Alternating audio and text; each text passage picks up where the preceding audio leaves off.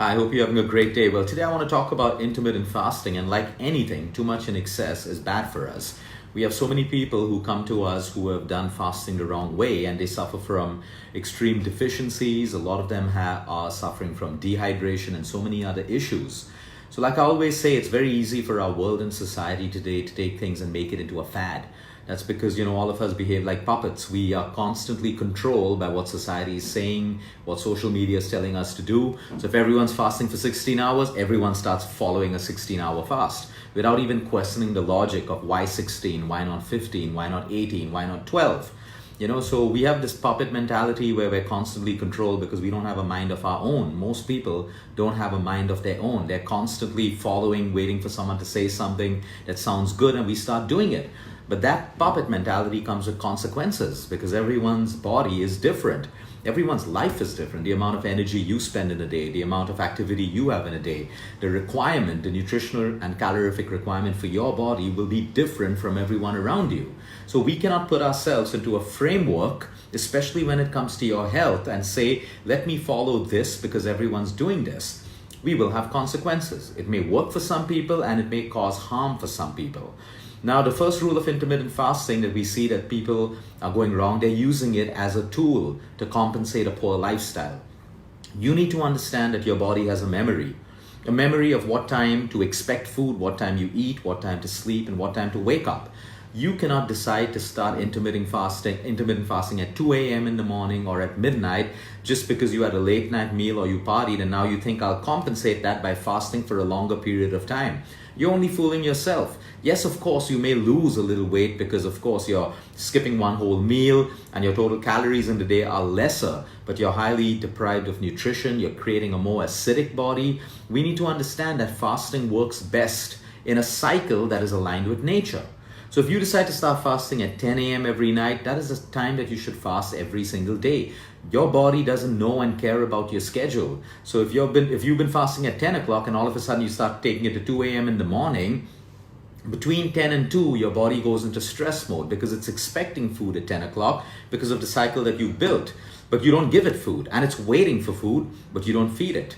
And then you start your fast at 2 a.m., which means you break the fast at a different time. Your body would be expecting food at a particular hour, but because of your schedule that's changed, you change that entire rhythm, and this just doesn't work.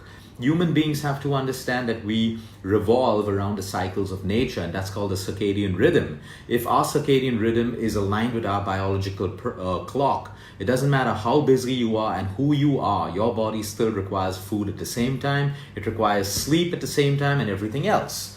So you need to understand that your fast is actually harming you. You're raising your cortisol levels. We've seen people coming with thyroid issues because the adrenal glands get so tired of pumping out cortisol because of the stress your body has to go through, never knowing what time it's going to get its next meal.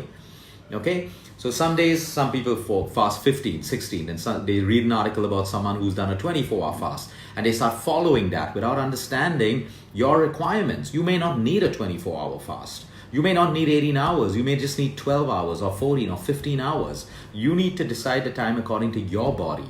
Like when you start fasting and your body really starts getting hungry and giving you those cravings, that is the time you're supposed to break your fast because your body's finished everything it needs to do in the fasting phase, and now it's starting the building phase, and it wants nutrition to start the building process.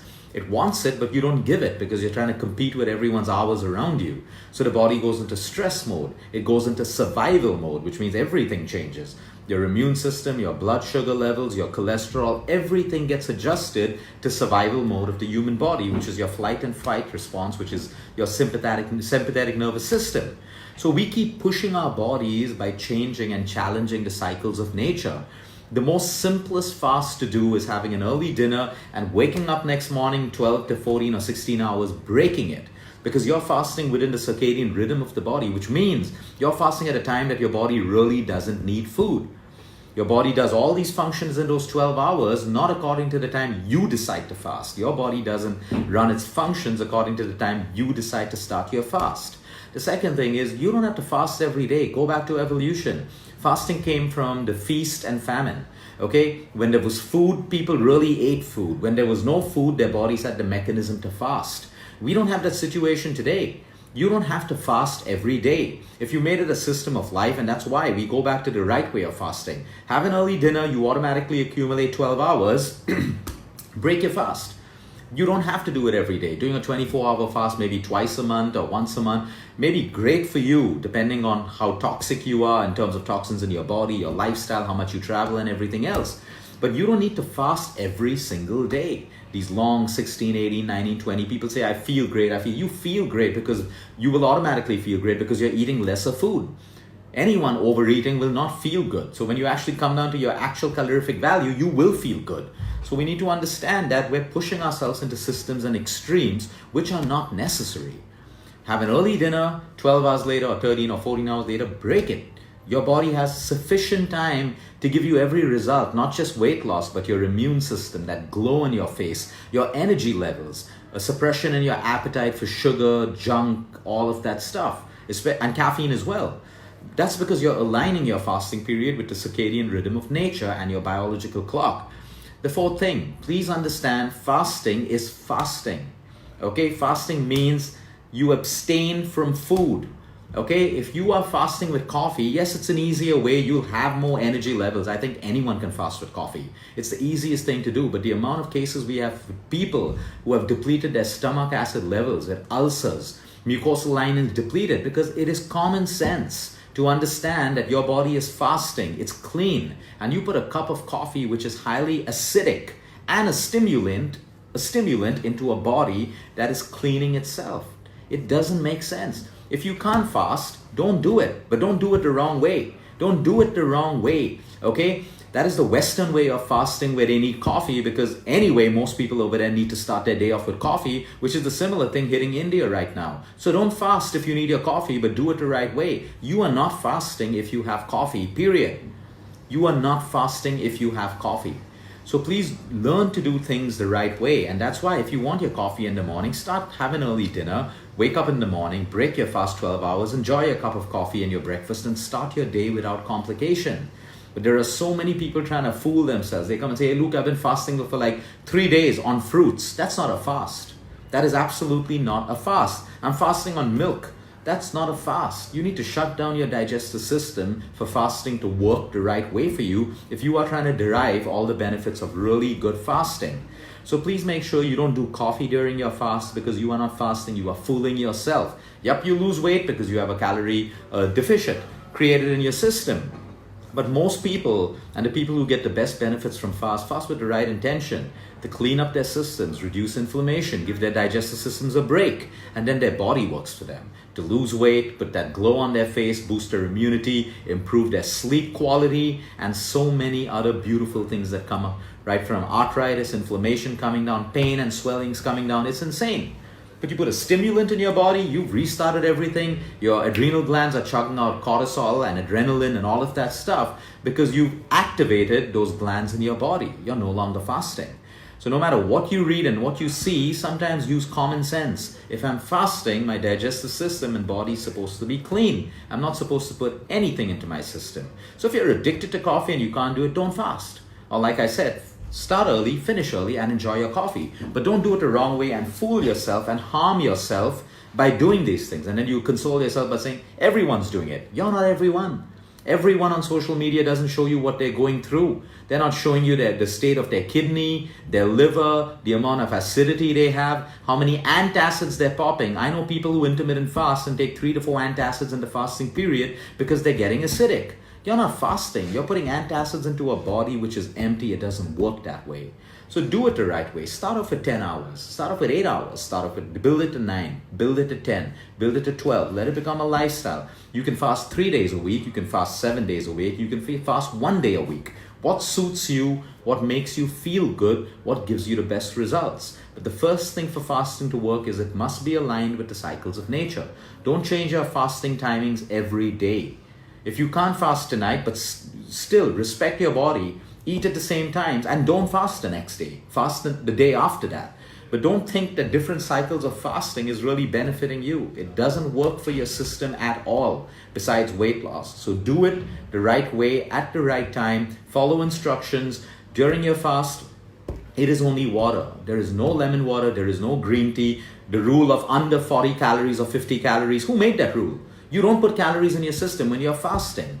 Fasting teaches us discipline. When we're able to fast the right way, we learn discipline. We learn consistency. We learn focus. We learn mental power. If I make fasting easy with all of these things, I'm not getting any benefit out of fasting. The reasons why religions make you fast is one, for your physical health, and two is discipline, focus, and all of those things. So do it the right way. The world is full of shortcuts and easy ways, and that's why we're in a state that we are today. Okay, sometimes, in most cases, you got to sacrifice to gain. Okay, there is no easy way out. You need to sacrifice to gain. That's the way life works. Okay, easy come, easy go. Sacrifice the gain. So do it the right way. You can't fast. Everyone doesn't have to fast. There are so many people who have great blood parameters. Their weight is great. They look great. And they're eating breakfast, lunch, dinner, and all of that stuff. They don't need to fast. So don't fast if you don't need to fast. It's a nice thing to do once in a way, but you don't have to fast if you don't have to fast. Today, everyone's jumping onto fasting and stuff like that and not asking themselves, 10 years ago, people lived normal lives. They ate breakfast, they ate lunch, they ate dinner, they had a little bit of sweet, they did everything, and they were happier and healthier than us. Why do we have to do extremes? Because our minds are, like I said, we're puppets. We don't have a mind of our own. The common thing is, what did our ancestors do?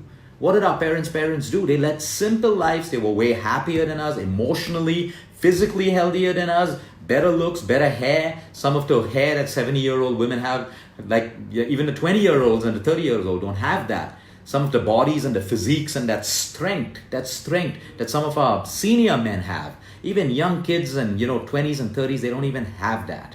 Okay, go back to their lifestyles and look at that. Okay, simple. Okay, maybe today extreme doesn't make sense. Okay, so do your own math. Use a lot of common sense. Okay? I always tell people to choose the right diet. First, you need to be connected with yourself, your mind, mindfulness. What does my body need?